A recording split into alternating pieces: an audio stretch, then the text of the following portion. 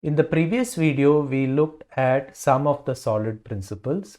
We looked at single responsibility, open closed, and the Liskov substitution principle. In this video, we will be looking at the remaining two principles in the solid principles acronym. We are going to look at I, which is the interface segregation principle. So first, what is an interface, right? So an interface is nothing but a group of related methods, right, with empty bodies. So we do not write the definition of what these methods do. We just specify what the interface should do, what the methods are, but not how we are going to implement these methods. Other classes can implement this interface by implementing all the methods in that interface. So what is the interface segregation principle state? It states that we should not force any client to implement an interface which is irrelevant to them. So what does this mean? This means that if we have an interface, we should make sure that all the methods in that interface can be implemented by a client. So if there are some methods which are not relevant, then they should either be removed or they should be placed in another interface. It should be segregated such that an interface performs the actions specific to that interface only. So let's take an example. So let's say we have a feature where we want to process the delivery of an order. So what does this mean? So let's say we need to process the order, we need to notify the seller, package the order and send it for delivery. So this is a class diagram, right, which implements this feature. So we have a seller class and a product class, and the delivery processing here is an interface, right, which has methods like place order, you notify the seller, you package the order, and you deliver it. Now a client can implement this delivery processing interface and write definitions for each of these methods, right, to implement this feature of processing the delivery.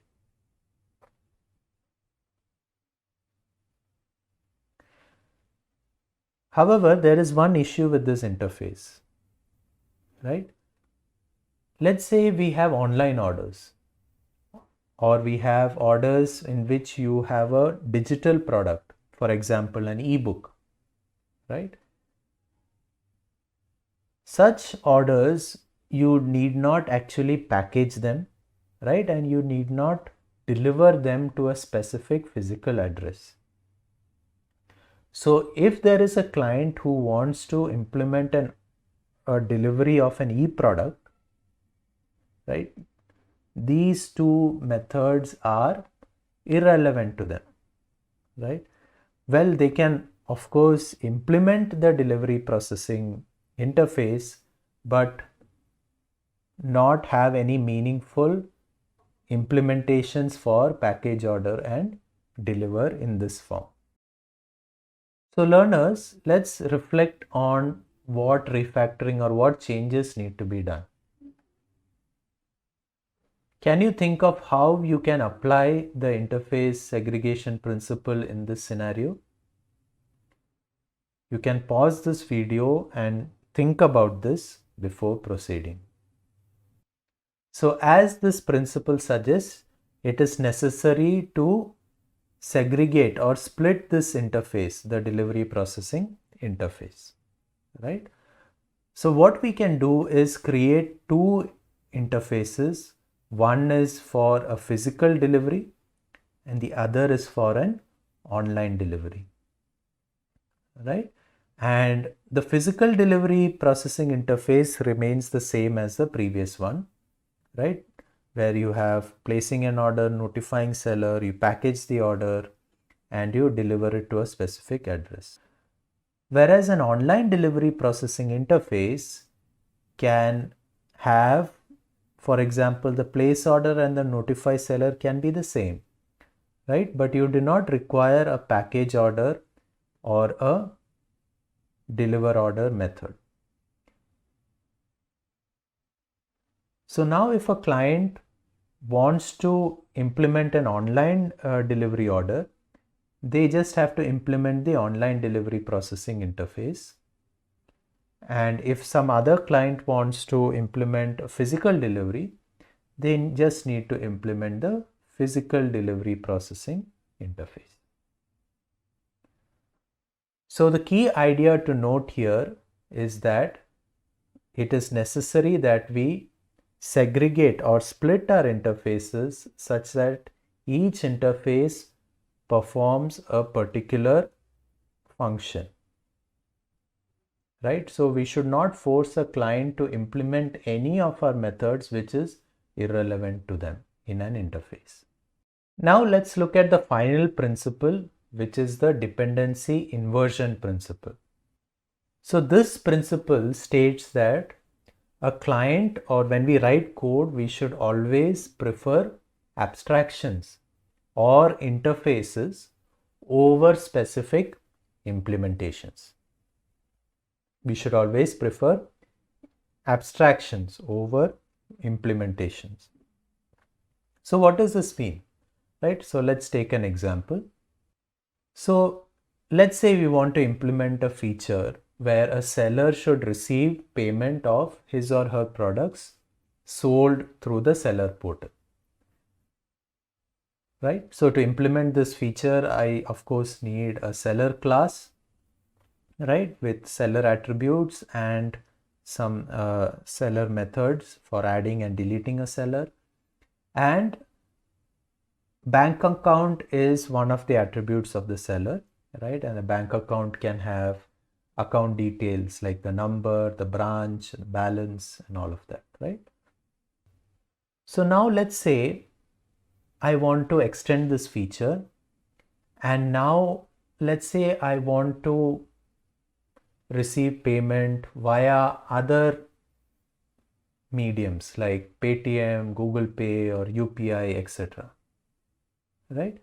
So I will implement classes for each of these payment methods, right? Now let's see how we can implement this in our code. So as we saw, we have a class referring to the seller, right, which has attributes of the seller.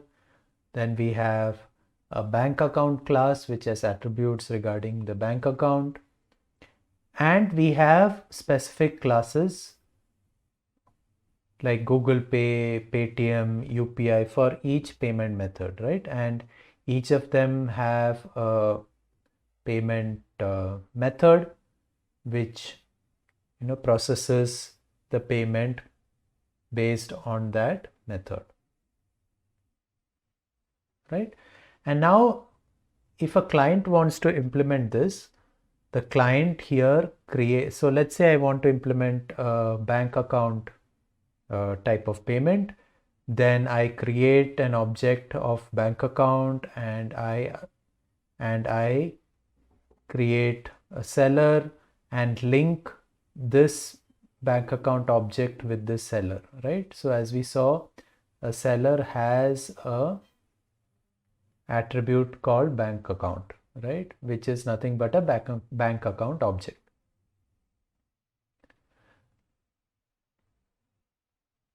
Now, do you see what is the problem here?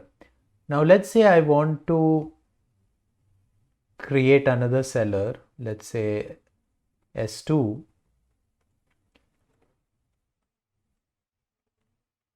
right? And now I want to add the payment method for this seller as, let's say, UPI, right?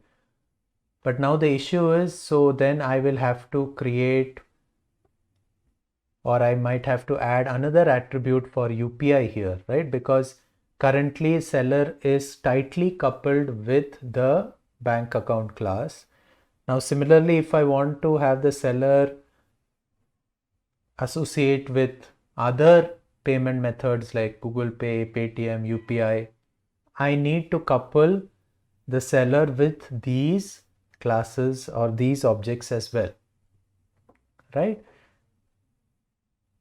And this is a issue, right? And this is making my code unnecessarily complex. So learners, let's reflect on this for a moment. What changes do you think we need to do so that we can link a seller with different types of payment? So the question is, here seller and bank account are tightly coupled. Now I want it to not be so tightly coupled. I want to allow the seller to use other payment methods as well. What changes will you make in this code? So this was a code initially. Now using the dependency inversion principle, what we'll try to do is decouple the seller with a specific implementation of the payment option, right? So here you can see that the seller is tightly coupled to the bank account payment option. So to do that, we will create an interface, an abstract class or an interface, and now the seller is coupled to this interface. So as you can see, instead of bank account, which was there previously, now the seller is coupled with this interface known as payment account. And now we have specific payment options like bank account, UPI, Google Pay, etc., which implement this interface, which is a payment account. Now let's see how we can implement this in our code. So the code on the left is our previous case. Now let's look at the code on the right. So here I have included an interface, a very simple interface for this example called payment account, which has a method called payment. And I have different payment options like bank account, Google Pay, etc., which implement this interface. And unlike the previous case where the seller was tightly coupled to a specific payment option like the bank account, here the seller is coupled with the payment account interface. Now let's look at the advantages of this, right? Now in the main method, I will create a payment account object, and based on the payment option which the seller wants. So let's say the seller wants money through a bank account. I can create an object of type bank account and pass that object to the seller. Now, whereas later on, if I want to include a new payment option like UPI, all I have to do is create an object of type UPI and make and call the payment method, right? And this will definitely work. The reason being, we have decoupled the seller with the specific type of payment option that we want. And hence, this follows the dependency inversion principle, which tells us that we should always associate classes with interfaces rather than the actual implementation. So we saw what the solid principles are. And whenever you write code, make sure that you follow these principles. This will make your code more efficient and maintainable and easy to understand.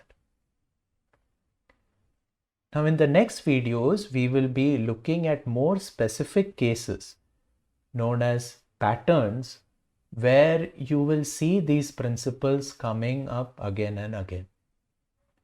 In the next videos, we will discuss design patterns.